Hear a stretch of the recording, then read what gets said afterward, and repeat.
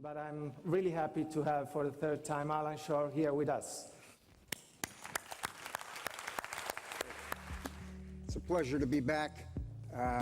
It's also a pleasure doing this on a yearly basis. It gives us, my wife and I, a chance to come back to Rome each year, and that's one of the great pleasures of life. Also want to bring you greetings from Southern California and the United States, where we are a bit nervous these days. But things ultimately, politically, we are sure will work out as they should, and sanity will prevail. So much for the political. This morning, what I want to do is I want to talk to you about this problem of love, of mutual love. As you see, the title here is The Development of the Right Brain Across the Lifespan, What's Love Got to Do with It? With a little echo to Tina Turner. Tina couldn't be here this morning, but she was here in spirit. And I want to start off by dedicating this lecture to the late Dan Stern. It was my privilege. He was a great friend. Dan, on a number of occasions, suggested that at our UCLA conferences we should devote an entire conference to this problem of love. In my mind, Dan Stern is one of the most important, perhaps the most important developmental scientist of the last century, on a par with another great developmental scientist here in Europe, the psychoanalytic clinician from the UK, Donald Winnicott. For me, those two men stand out in 20th century developmental science. Both of these men studied and worked rather intensively with the earliest stages of human development, and both were very, very interested in the problems of the early origins of mutual love. Interestingly, not that much has been written about this topic, this essential aspect of what it means to be human.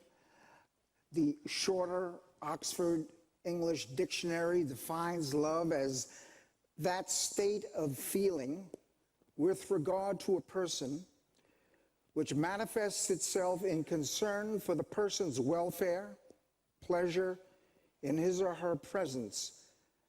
And they note that it involves deep affection and strong emotional attachment.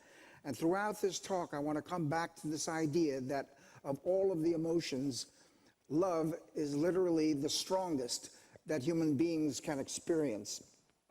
You'll see the intensity dimension again over and over in this talk. And this also raises the matter of the relationship of love to attachment, especially in light of the transformational impact of interpersonal neurobiology on attachment theory that we have now been experiencing for the last 20 years.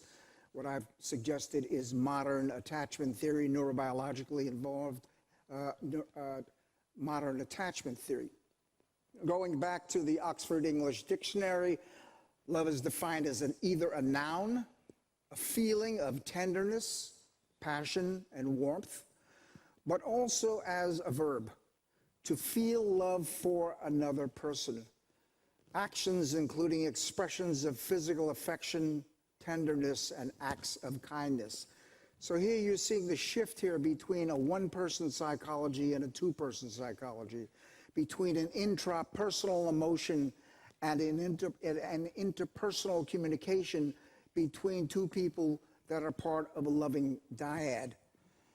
This relational attachment origins of intimacy would be defined as the capacity to receive, to feel, to express, and to share an intense emotion of love with another human being. And it's forged in the early development of the early bonds of this mutual love. Now, though love has mostly been thought to be the sole province of arts and poets and writers, etc., as it turns out, from the very beginning of modern biology and modern psychology, from the very beginning of Darwin and Freud, etc., science continues to explore this essential aspect of the human condition. And in his classic book in 1872, Expression of Emotions in Man and Animals, here's how Darwin put it. The emotion of love, for instance, that of a mother for an infant, is one of the strongest of which the mind is capable.